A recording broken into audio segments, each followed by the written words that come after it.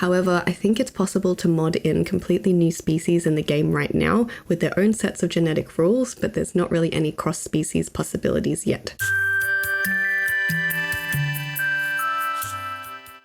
Hello everyone, welcome back for another weekly Paralives update. We have a lot to cover today, so we've got the latest dev chat that came out today, the updated October and November development progress updates, and we've also got a new Paramaker video that the team just uploaded yesterday, so let's get into it. Starting with the dev updates, since the release date of the early access approaches, do you have an idea of the release hour of the game on Steam? It may change, but for now the plan is 10 AM Eastern Time. So obviously this is not final, they could decide on a new time and I'm sure they'll make an official announcement at some point. But assuming Eastern Time is EST, Eastern Standard Time, in December, you can convert that to whatever time zone you're in and hopefully that will be approximately the time that it is actually released so we can kind of plan out when we're going to start playing. Very exciting. If I converted that correctly in Australian Eastern Daylight Time, which is where I am in Australia, that is 2 AM.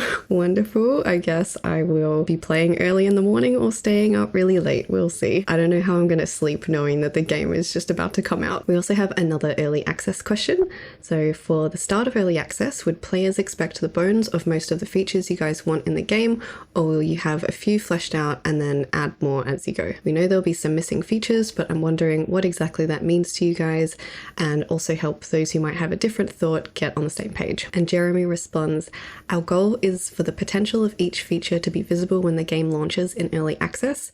This means that we want a bit more than just the bones, because often that wouldn't be enough for players to have a good time. Having the together card system, for instance, without enough cards or without anything interesting that the cards can do wouldn't help, because people would try it out and might not see the potential, therefore not thinking that there's any value in this system. Things might be unbalanced and there might be content or polish missing, but if someone can try out a feature and go, neat, can't wait to see what they'll do with this in the future, we'll be pretty happy. So I think this is great. We're getting some little tidbits of information about early access. It sounds like they've really thought about the player experience as well, so we're not just getting the bare minimum. It's not going to be polished either, but we will be getting enough to see where this is actually headed. Next question is about the game size. So since we're close, do you already have an estimate for how much disk space Paralives will take up when early access comes out? So no estimate at the moment. The game installed from Steam takes 7 GB currently, but I know we're still missing voice acting audio files and I can't say how much space that'll take. So it looks like 7 gigs at the moment, but that's likely going to increase.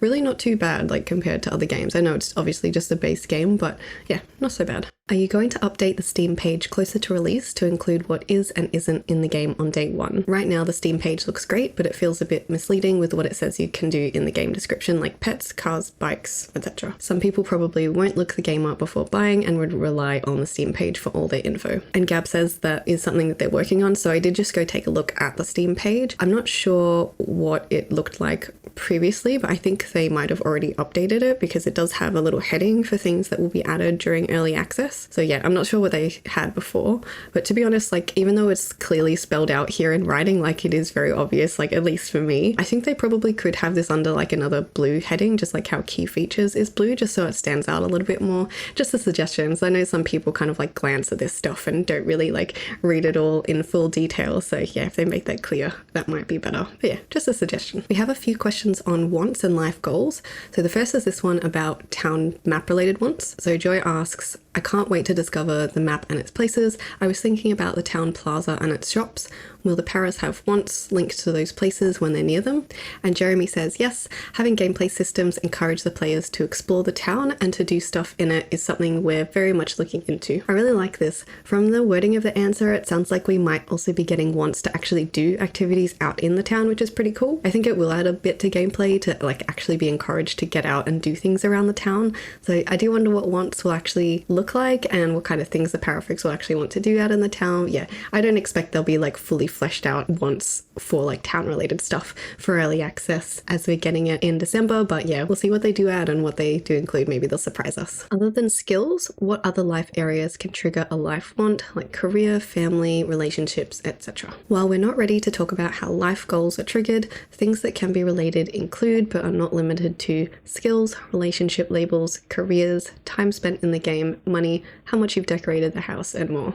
I'm curious about the house decoration bit. That's quite interesting. I don't think we've had a whole lot of info about how like life goals and things kind of function and like examples and stuff. So it would be cool to have a bit of that info, but I'm also like wanting to be a bit surprised. So yeah, this is interesting. And then we've got another want related question. Is there an age limit on when paras can start getting life goals? So there isn't a hard age limit on life goals, but the ones we currently have are locked behind requirements like skill levels, relationships, and career progression, for instance. So you would need to be a certain age before these could appear anyway. Adding life goals specifically for younger para folks is on our radar. This is great. I really like that. And I think having like goals for younger para folk will be really interesting. Something specific to the younger paras, so there's something for them to like do and plan and look forward to. I think that's really cool. We've got one on illnesses here. Any updates on some non-life threatening diseases? Will we be getting common colds in early access, or is this something that you think about implementing with an upgrade like seasons? Anna says yes. There's a little virus you can catch at work or school.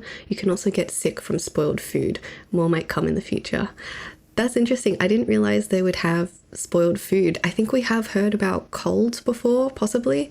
That sounds familiar. But yeah, confirmation that we'll get viruses and you can get sick from spoiled food. That's really cool. Yeah, I wonder if we'll have medicine or like ways to remedy that as well. Okay, we do have a question about occults, and I'm very interested in occults. It's something that I'm really hoping they do add in the future. It is something they have on their Notion roadmap, but it's under consideration, unsure for after the full release. So it's something that they're thinking about, but we're not going to get it in early access. It's going to be afterwards.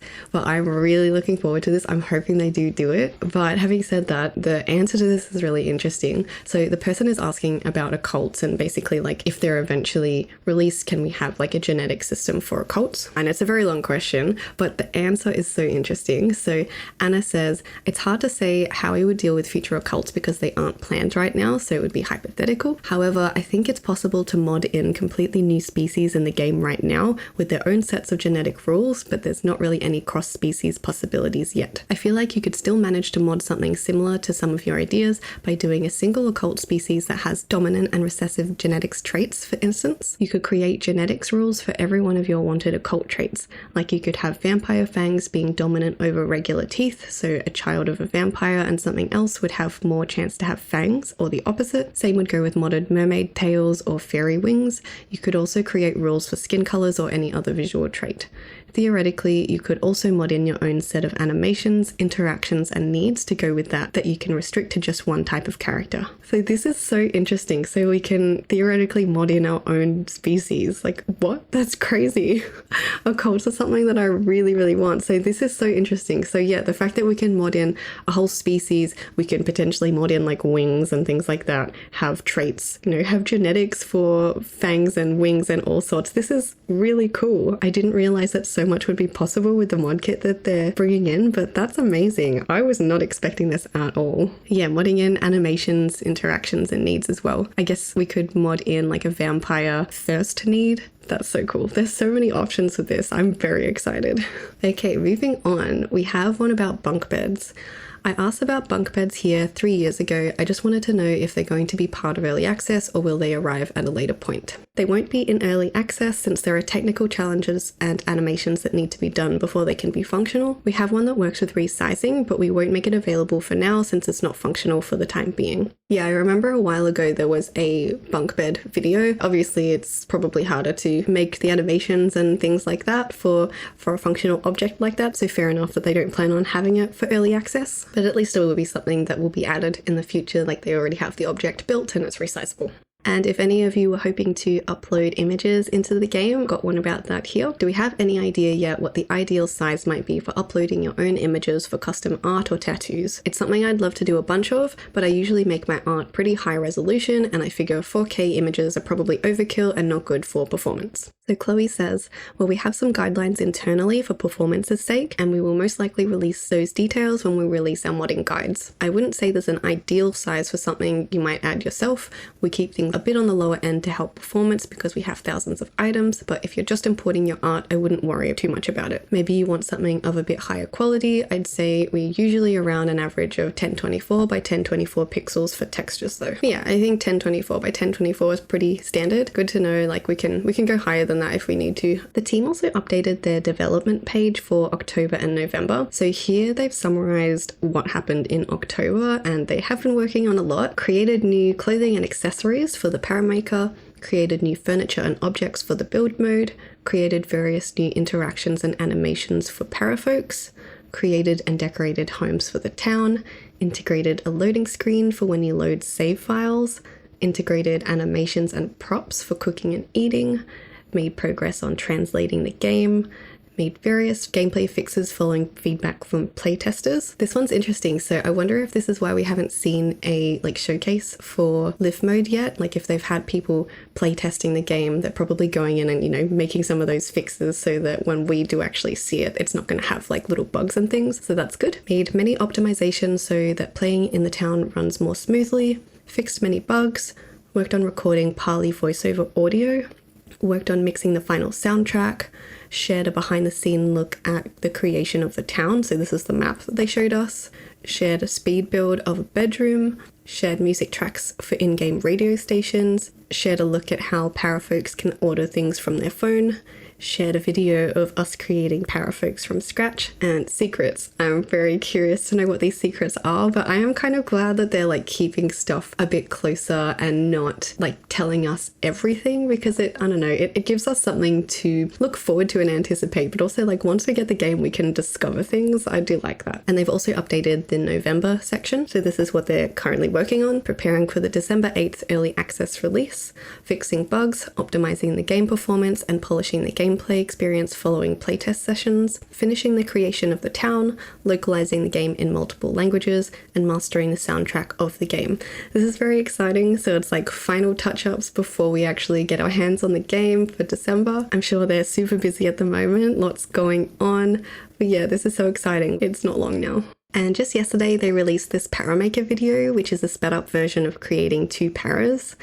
There's a lot of details in this. I do pausing to see what's in the clothing category especially, but we can also see different categories and buttons in here as well. And in the bottom right, there's this train ticket with the para's details.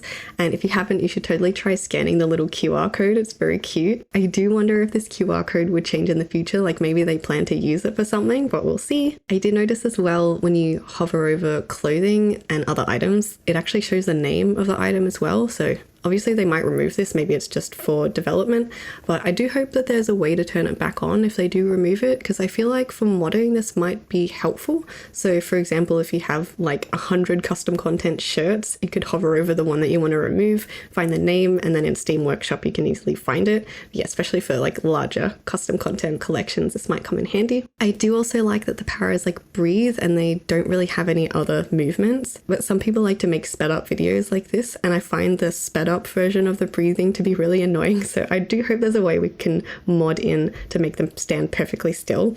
Very niche, so I definitely don't expect the team to make that a proper feature, but yeah, I hope we can customize it through mods at least. But yeah, there's a lot of customization. I do really like the tattoo placement, and I also love that there's so many different types of clothing and accessories in here. This is just no expansion packs or anything, this is just the base game, and I feel the styles that are in there are very versatile, so yeah, really happy about that. I think there's a lot in there for us to use. Let me know which update surprised you the most. I really liked the occult one. The fact that we can mod in a different species is amazing. I'm so excited. But that was a lot to cover this week, so if you want to go back and watch my past updates, I do have a Paralives updates playlist set up that will be linked on the screen now. But don't forget to subscribe and click on the little bell button if you want to get notified when I post future updates as well. But that's all for now, so thank you for watching. I'll see you in the next one. Bye everyone.